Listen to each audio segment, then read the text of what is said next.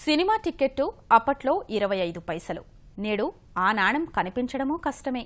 నేటి cinema hall పరిభాషలో balcony, golden క్లాస్గా చెప్పుకునే అత్యున్నత స్థాయి టికెట్ అది.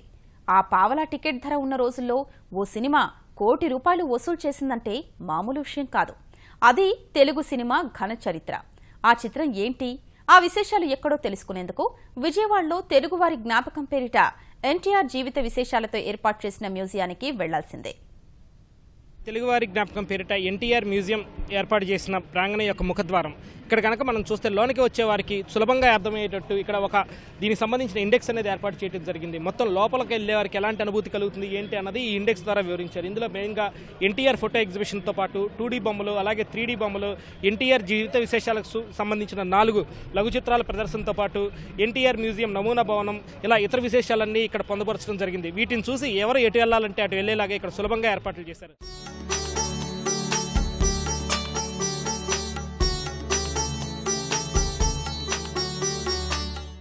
రాముడు అంటే ఎలా ఉంటాడో ఎన్టీఆర్ తన చిత్రాల ద్వారా చూపించారు. శ్రీకృష్ణుడు వెంకటేశ్వరుడి రూపాన్ని కళ్లకు కట్టాడు. భీమసేనుడిగా శ్రీకృష్ణ దేవరాయలుగానూ అలరించారు. జానపద చిత్రాల్లో పల్లెటూరి చిన్నోడిగా, కన్యాశుల్కంలో గిరీశంగా, గులేబకావళి కథలో విజయసింహుడిగా, నర్తనశాలలో సవ్యసాచిగా, మేజర్ చంద్రకాంత్లో సైనికాధికారిగా ఇలా ఎన్నో పాత్రల్లో నటించి తెలుగు ప్రజల గుండెల్లో నిలిచారు ఎన్టీఆర్.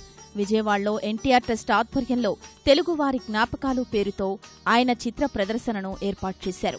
ఇక్కడ తారకరాముని చిన్నతనం నుంచి ఆఖరి చిత్రం వరకు ఫోటోలు ప్రదర్శనలో ఉంచారు. ప్రతి ఫోటో కింద దానికి సంబంధించిన ప్రత్యేకతను తెలుపుతూ చిన్నపాటి వివరణ రాశారు. తెలుగువారి ఖ్యాతిని చాటిన మహనీయుని జ్ఞాపకాలు ప్రజల్లో ఉండిపోయేలా ప్రదర్శన ఏర్పాటు చేశారు.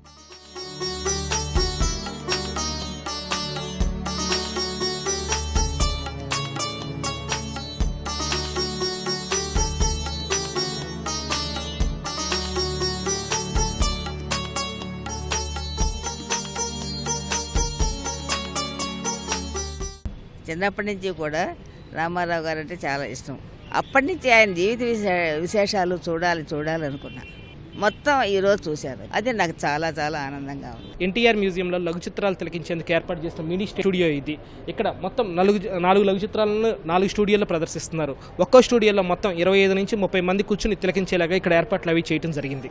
మినీ థియేటర్లలో ఎన్టీఆర్ జీవిత విశేషాలతో కూడిన లఘు చిత్రాలు ఆకట్టుకుంటున్నాయి.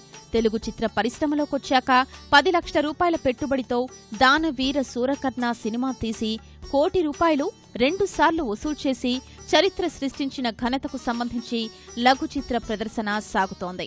ఈ విశేషాలు తెలుసుకుంటున్న నేటితరం సంభ్రమాశ్చర్యాలకు లోనవుతున్నారు. తారకరాముని 2D, 3Dతో కూడిన మైనం బొమ్మలు, కటౌట్లు కనువిందు చేస్తున్నాయి. అమరావతిలో లోకేష్ దంపతులు నిర్మించే ఎన్టీఆర్ మ్యూజియం నమూనాను ఇందులో ప్రదర్శనకుంచారు. రాష్ట్రం నలుమూలల నుంచి వచ్చిన ప్రజలు ప్రదర్శన కోసం లైన్లలో బారులు తీరుతున్నారు.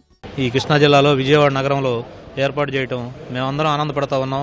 ఈ ఫోటోలు కానివ్వండి, ఈ ఎగ్జిబిషన్ కానివ్వండి అన్నీ చూస్తూ ఉంటే మాకు నిజంగా చాలా ఆనందంగా ఉంది. అన్నగారి గురించి బాగా తెలిసింది, చాలా బాగుందండి. అన్నగారి చరిత్ర తెలుసుకున్నాం. మాకు తెలియని ఆయన చిన్నప్పుడు బాల్య జీవితం ఎలాగా గడిచింది, చదువుకున్నప్పుడు విశేషాలు, సినిమాల్లోకి ఎలాగ వచ్చారు, చరిత్ర ఎలాగా సృష్టించారనేది కొత్త విషయం ఒకటి తెలిసింది. 21 సంవత్సరాల క్రితం మరణించిన తెలుగువారి ప్రజల హృదయాలలో ఎలా చిరస్థాయిగా ఉండిపోయారు అనేది ఇప్పుడున్న జనరేషన్కి తెలియాలి.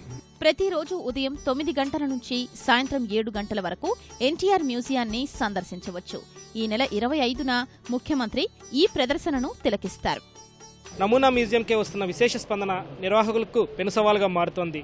పూర్తిస్థాయి మ్యూజియం నిర్మాణం పట్ల బాధ్యతను అలాగే పట్టుదలను మరింతగా పెంచుతోంది. కెమెరామెన్ నరేష్తో VSN Krishna, ETV news, Amaravati.